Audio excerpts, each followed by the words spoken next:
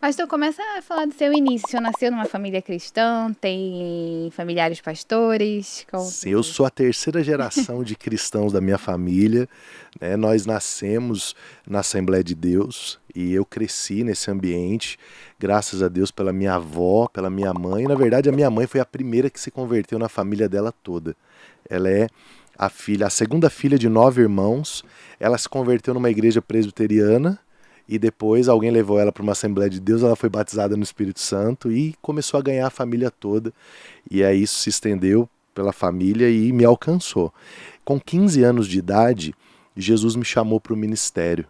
E foi um chamado assim muito evidente. Eu tive um acidente de carro, a gente estava com um grupo de amigos, todos crentes, mas todo mundo estava de férias, né? Tava daquele jeito. E aí um amigo meu morreu nesse acidente. E o curioso foi que eu estava sentado no banco que ele se sentou depois. Um filho de um pastor que estava com a gente falou: Não, Thiago, você veio comigo, você vai comigo. Aí a gente trocou de cadeira e esse menino, que era o único que tinha chegado de uma vigília, né, era o único crente no nosso meio à época, ele se sentou e, lamentavelmente, naquela noite, era um sábado para domingo de Dia das Mães, e esse carro acabou capotando e ele faleceu. E ali Deus ativou um circuito dentro de mim, né? Comecei a receber muitas palavras proféticas a respeito de ministério e ali começou a minha jornada ministerial. 3 anos depois me falaram que existia um centro de formação de pastores na Assembleia de Deus em Pindamonhangaba, que era o seminário mais antigo da Assembleia de Deus, o IBAD, e eu fui para lá, fiquei lá 4 anos, me formei, depois fui estudar direito, depois fui fazer missão, e aí foi uma jornada, já vai aí quase 25 anos para frente. Antes de falar sobre o pastor, aí, nesse acidente, o senhor se questionou muito? Porque ele, não eu? Ou por... Sim, Como que ficou isso na sua eu tive cabeça? uma crise muito forte, né? Porque quando ele morreu, eu pirei, na verdade, no fato de que eu estava sentado na cadeira. Então eu não conseguia elaborar muito. E eu sempre falo para a galera ao meu redor que a palavra de Deus ela tem o potencial de interromper ciclos de morte.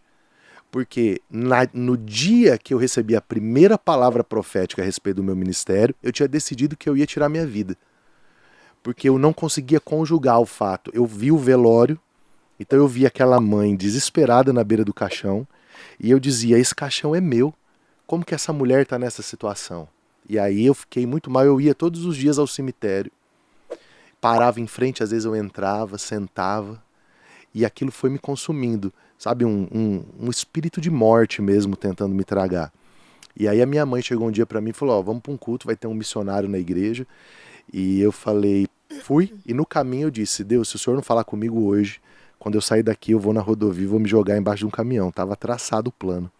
E aí no meio do culto, no final o cara olhou pra mim e falou: Ó, você que tá aí atrás, vem aqui na frente. Eu falei: vai revelar todos os meus pecados, né? E eu fui. E aí olha só que muito forte, muito profético. Ele falou assim: olha, Deus me mostrou você dentro de um cemitério e um caixão descendo. E você andou até a calçada do cemitério e veio um anjo do céu com uma Bíblia dourada e colocou em cima da sua cabeça. E no tempo do Senhor ele vai tirar você do meio dos teus parentes, ele vai levar você para um lugar para você estudar. E de lá ele vai te enviar por várias nações da terra, você vai ser uma ferramenta. E ali, aquilo que era a morte ganhou sentido. Então sim, eu tive uma crise muito pesada, mas ela foi interrompida por uma palavra de Deus e ali foi onde o ministério começou, graças a Deus por isso.